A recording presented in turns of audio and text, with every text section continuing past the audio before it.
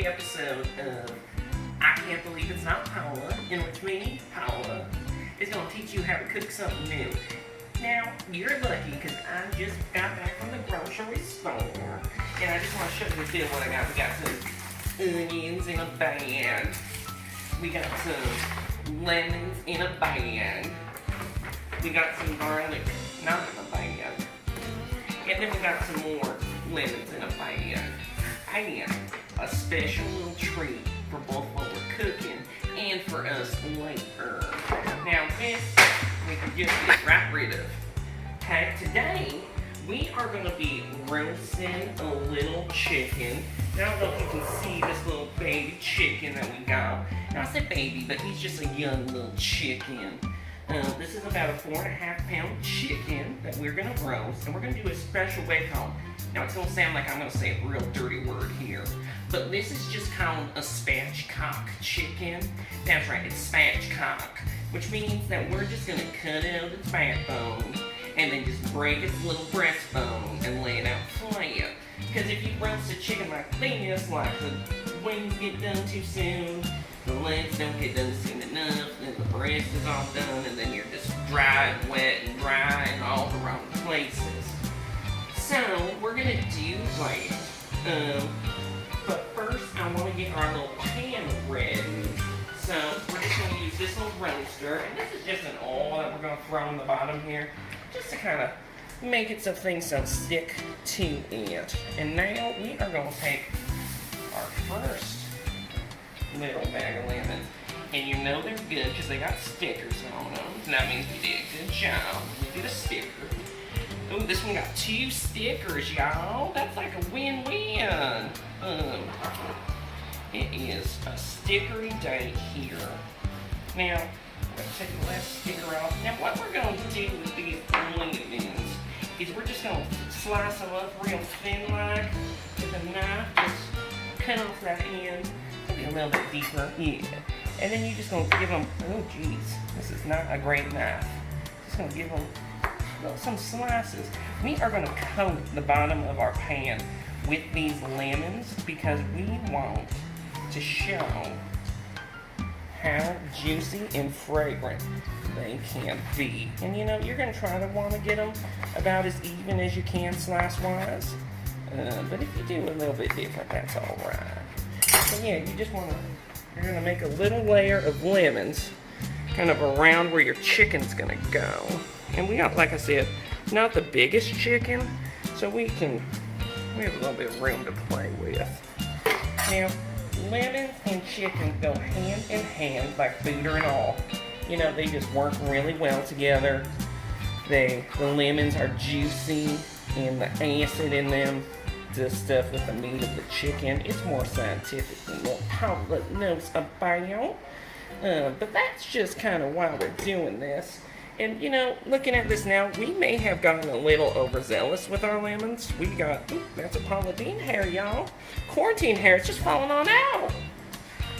We might have gotten a little overzealous with our lemons that we got, but it's still going to be good, just to keep it all, just coat that whole pan.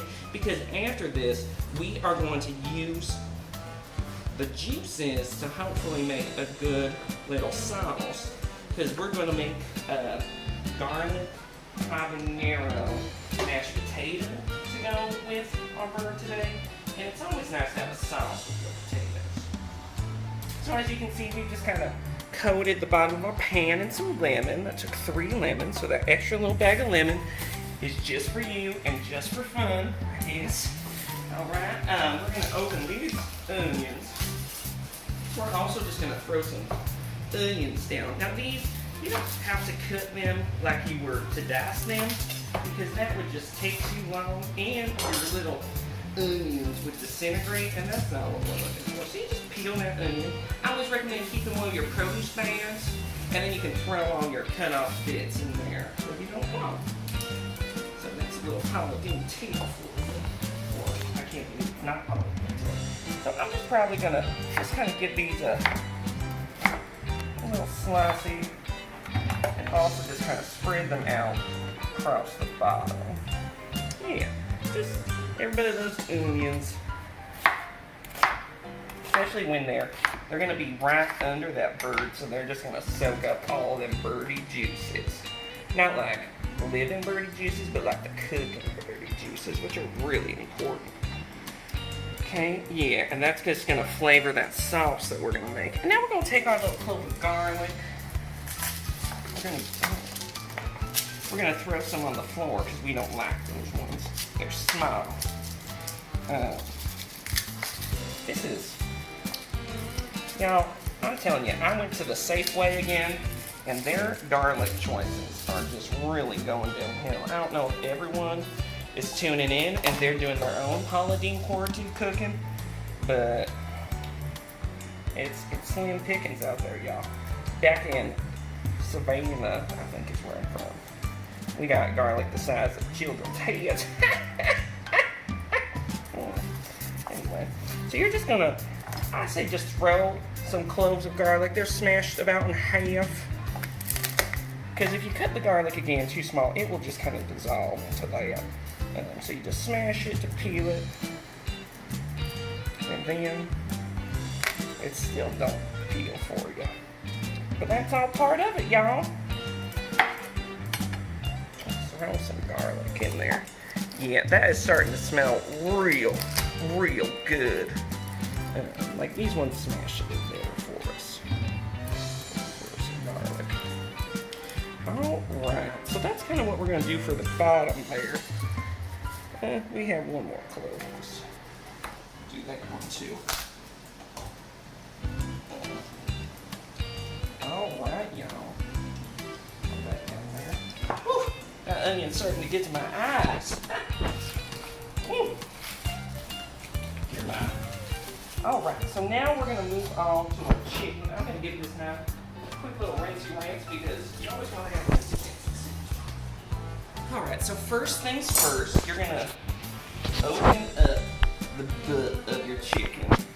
And inside the butt, they generally put these little giblets, which were the things and organs that kept your little chicken alive. And now, ironically, you're taking them out because it's dead. So, kind of poetic when you think about it. Okay, we're going to put that right in our throwaway bag. You can, if you want, use those to make a gravy. I do not want to do that. And then you're just going to try to find the chicken's backbone, which I'm going to tell you Paula Deen has done many times, but perhaps the person planning Paula Deen today has only done this once. So you're going to bear with me as we, it seems like, it feels like it's just right there, y'all. It's just, you really want to use a sharp knife to do this, which we in Paula Deen's quarantine house kitchen don't necessarily have.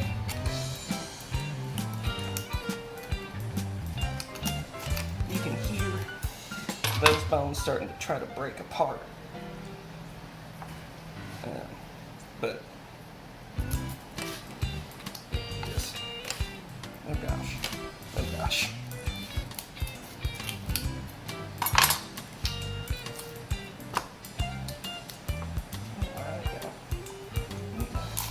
There we go. That's kind of the noises we're hoping to hear as we just take out this chicken's spine. And you see there are going to be, there's going to be some bones. Oops. There's going to be some escaping. Yes. But y'all, we're going to get through it together. Oh man. You want to be careful to not get too deep there. So they tell me we might have cut up that thigh a little bit too much.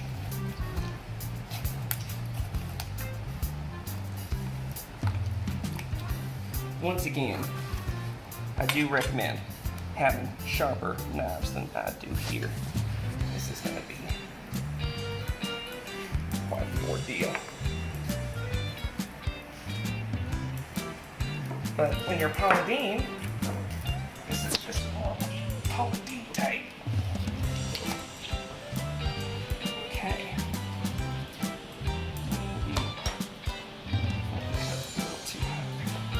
Alright.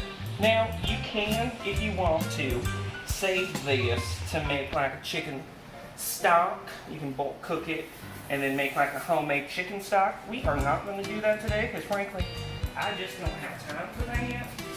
This is a short cooking program. To keep your attention, we got to really move fast. And if there's any little extra little parts, you can probably just pick those out. Anyway.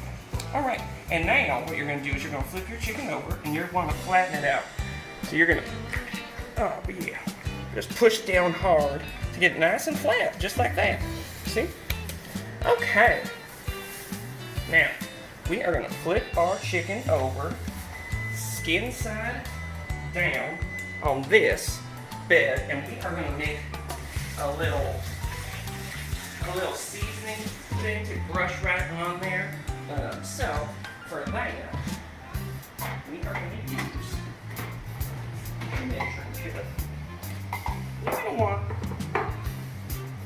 to use your apron to open things when your hands are wet because, you know, as I get older, the strength of my arms just goes right on down. So we're just using an olive oil. We're just going to dump that on in there, about 3/4 of a cup. Good. And then we are going to add some different seasoning, one of which being some fresh thyme.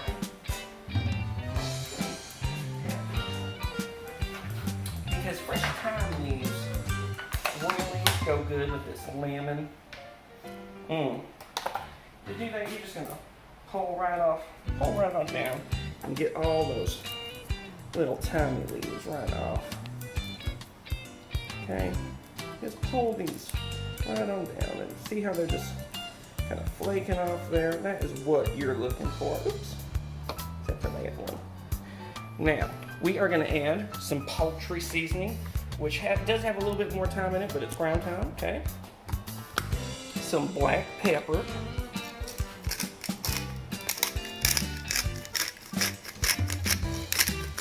And then we are going to add some salt to this. Just because salt really goes good with chicken. And I am going to add just a little bit more salt. I just have to remember where I put my big box of salt that goes in the bowl, y'all. You always got to have enough salt. One other thing that's going to be really important in a second is that you want to mix this pretty good, and I am going to use this fancy little brush that I got here. So we are just mixing that on up, okay? See that, y'all? So you are going to brush about half of all this goodness right on to all the parts of this chicken. Yeah, just as much as you can. This olive oil will help it stay moist, and then it'll help crisp it on up, okay? So now we're gonna flip it over, and we are gonna do the most important part to all this. We are gonna pat this skin dry, y'all. Now we pat it dry because if it's too moist, it will not brown up, and then we will have that kind of goopy, gross skin, and that is just not something we want. I also like to just throw in just a little bit of salt on top. Salt does help dry out moisture, so that will help all of that. Throw some pepper in there, and then we are just going to brush on the rest of this goodness. Now you see how good that looks. You tell me you see a better chicken somewhere. I'll wait. Yeah. You can just pour the rest right on there. 3/4 of a cup might have been a lot for this little bird, but you know what? It'll just help our sauce later, y'all. Now that is how you kind of want it to look. And we are gonna throw this bad boy in the oven at 450 degrees for about 30 minutes. And then we are gonna give it a little drink in a bit. I will show you that when it's time. Thanks, y'all. See you in a sec. Y'all, it is been 30 minutes that this bad boy has been roasting in this hot oven. Oh my God, that's hot. Now, as you can see, it's starting to get a nice color on it. We are going to bring this over here and set it on this counter. Jesus Christ, that's hot. Now, we're going to give our little bird a drinky drink. So, I don't like to use a regular wine opener. I got these old flabby arms, and they just don't twist like they used to. So this is a little trick. Just go down, and then right back up. And look, we just opened that bottle of white wine. Now, this is just a two-buck chuck, as they call it at the Trader Joe's. This is a Pinot Gris, and we are going to just dump this right into this. Now, I'm going to use probably about half the bottle. This is a pretty big pan. Now, what this is going to do is this is just going to keep our chicken nice and moist and give it just a yummy smell and drink flavor. Now, if you notice, I did not pour that directly on our bird, because if I were to do that, we would lose all of the crispiness from the skin that we're going to get. We just push that right back in there. That is going to go back in for about 15 more minutes. Now, before we get too far, earlier I had diced up some potatoes and threw some salt in this water, and we are going to start these boiling for our garlic habanero mashed potatoes. Now, earlier today, what I did is I roasted some garlic and habaneros together. Now you can see I cut the habaneros open, and I put them right on top of this garlic to roast, so that way the spiciness from the habaneros would get right down in there. So when we squeeze the garlic into those potatoes, they are going to just give all of that heat, okay? Now if you want to roast some veggies yourself, I got this tin foil, and I just cut part of the head of garlic off so I could see the tops of all of the little cloves in there. And then I cut open, like I said, those habaneros, and I dumped some oil, just a lot of oil in there with some salt and pepper, wrapped it up in this tin foil, and then I put it on a tray and put it in the oven at 400 degrees for about 20 minutes. And that's how we get this nice garlic. Now if you look, I can just squeeze this and that garlic comes right on out, and if you don't tell anyone, I won't. Let's take a...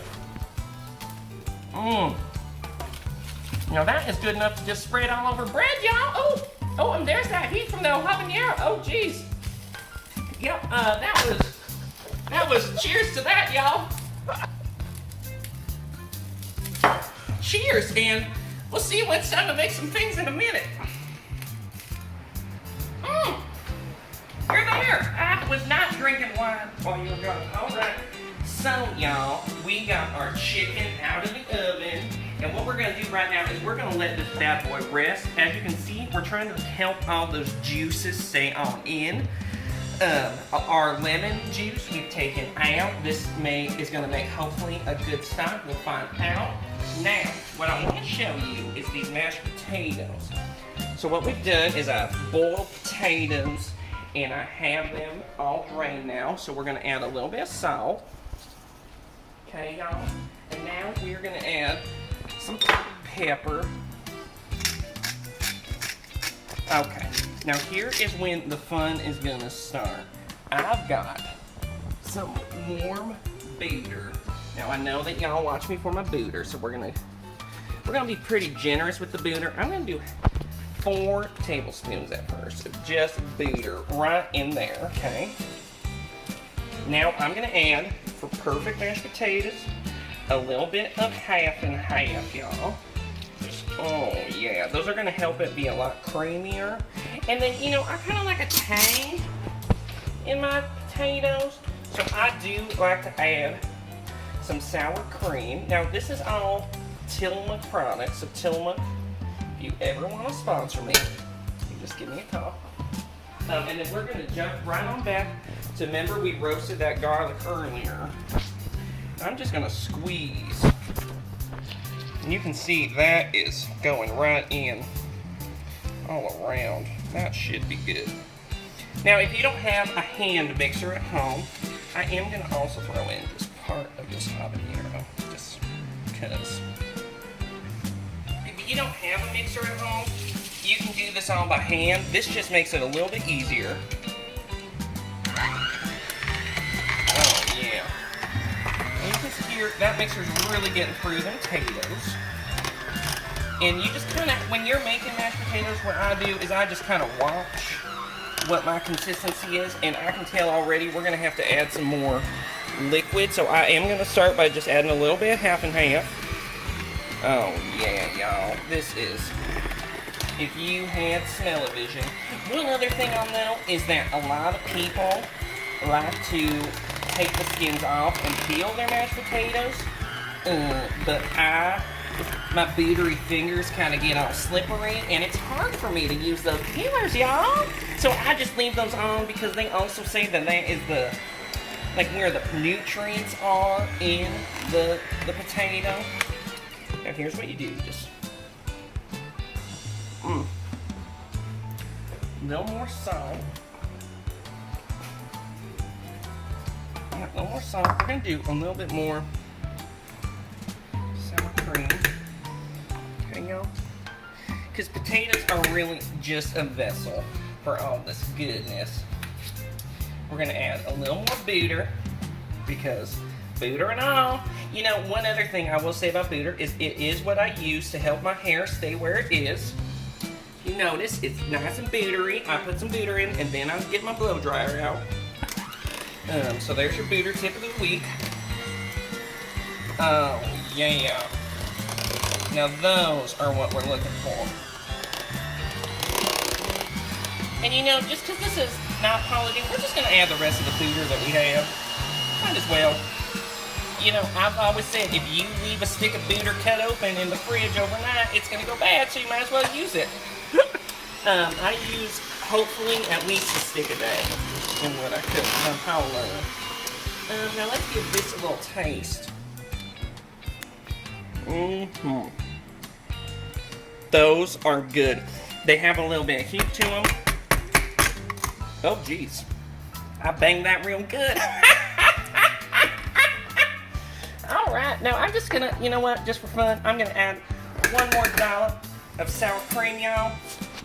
I guess I'm just gonna mix it with this because I banged off my beaters. Now, Mr. Cameraman, if you just want to give that, you're behind the camera, but you give that a little taste. You blow on that first, y'all. Yeah. Yeah, that's a 10. That's a 10, y'all. All right, now we're gonna go over, we're gonna grab a knife. No, just kidding. We're gonna find our chicken, and we've let it rest for a bit. And you know, when it's this moist, it's super easy to just, you can just cut it right on up. You see how easy this knife went right through that. The legs off already. Cut off. It's still pretty hot. Yeah, okay. So it's all cut up, and you can just see how juicy this stayed when I pulled that breast apart. I mean, you just look at that. That is juice galore. All right, y'all. I'm gonna plate it up, and we'll show it to you in just a second. See you in a bit, y'all. Bye. Hey, y'all. So this is the juices that we got from the bottom of our chicken, and we are going to try to make a little bit of a gravy out of it. Now, to make a gravy, you're going to need a roux. Now, if you remember, we used a lot of oil in that chicken, and so I'm just going to heat this over medium heat and whisk in about, let's start with 4 tablespoons of flour,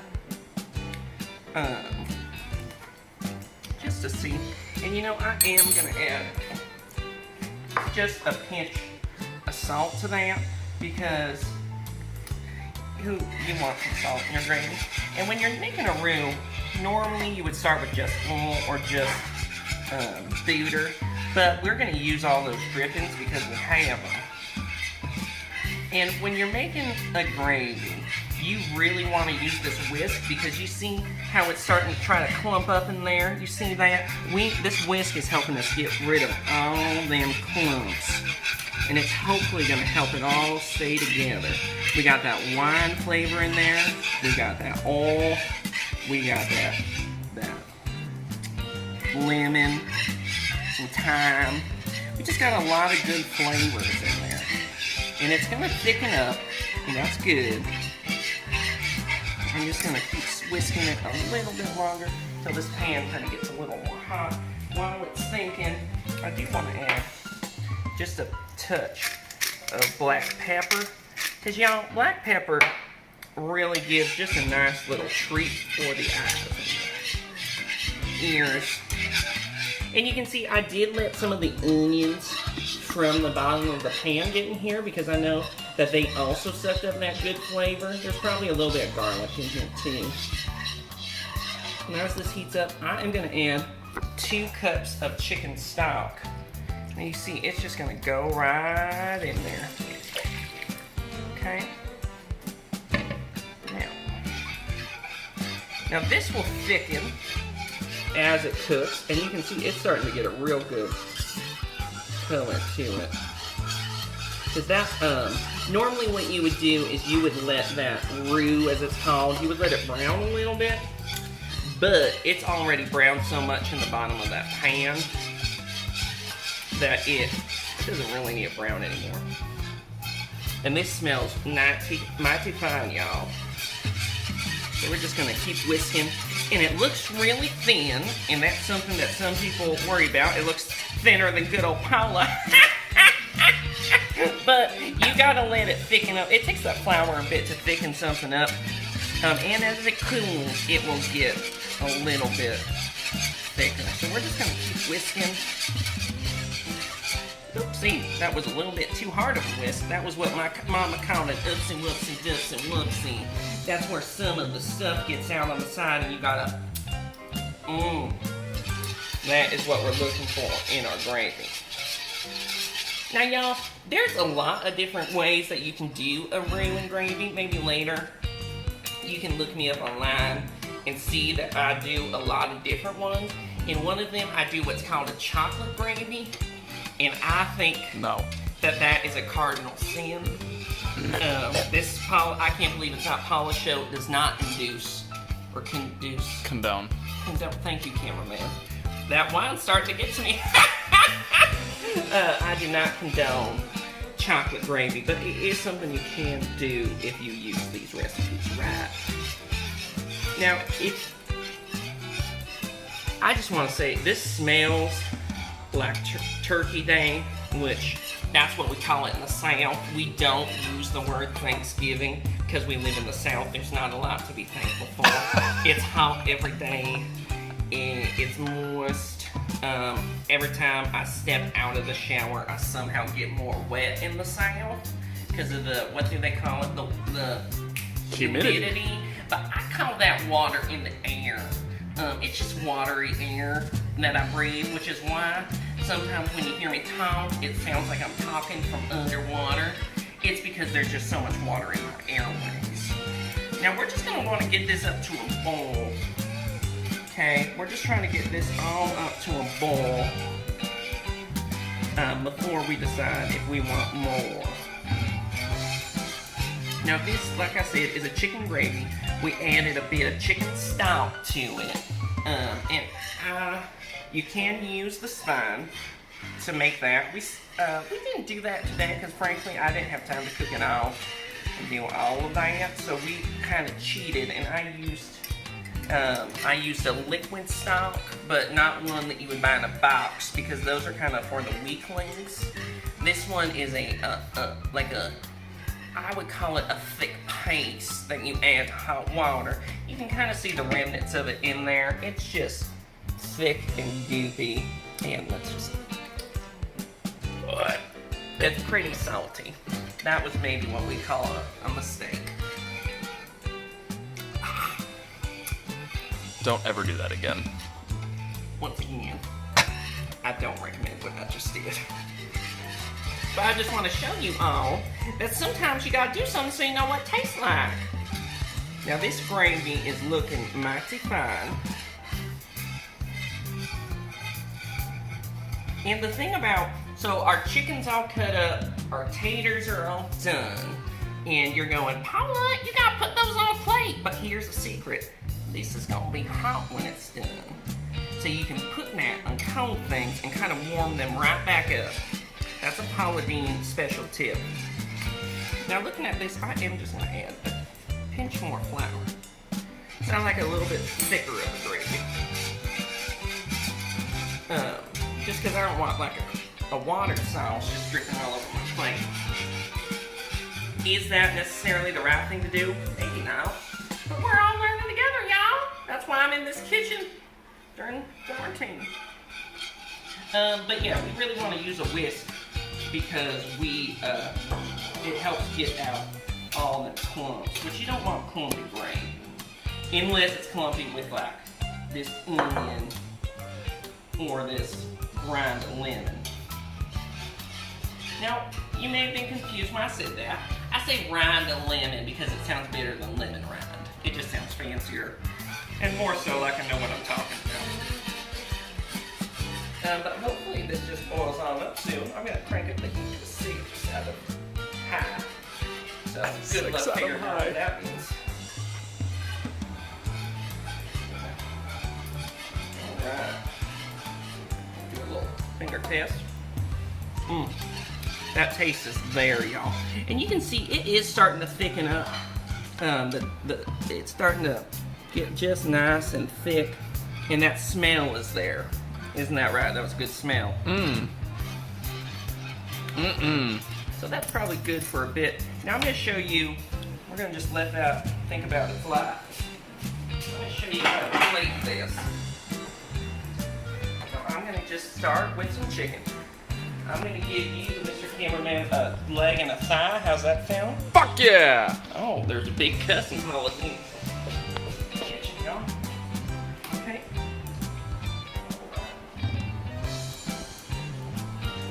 Scoop. Now then you just kind of make a little divot for that gravy that we're going to put on there. And then, fun trick, if you put it like that, they call it strategic. And like you were plating it. I don't get it, y'all. I just do what I'm told, where I'm dropped off. So, there we go. That looks better. We're going to hopefully get this to boil in a second. Oh, that's looking mighty fine. All right, y'all. We're going to call that a good day for that.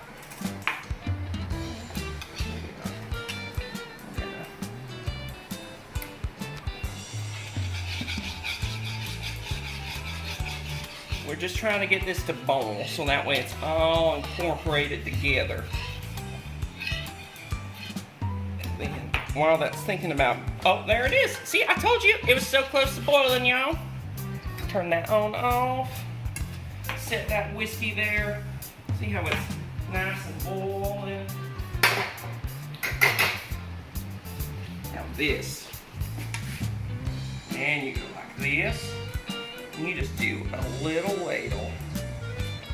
Oh, you got a little onion in there too. Just give you like a little, Oh yeah. Now let me get you a fork. And you just give that a try. You know what, we'll switch. They've been looking at me all day. They just gotta look at you now. Oh yeah, oh yeah. Oh, handle's right in my way. Oh yeah, you gotta do the blow test. Yeah. Oh yeah. Oh yeah. And y'all, that was Paula Dean's chicken. It's a 10. Spatchcockin with, can't believe it's not Paula. Bye y'all.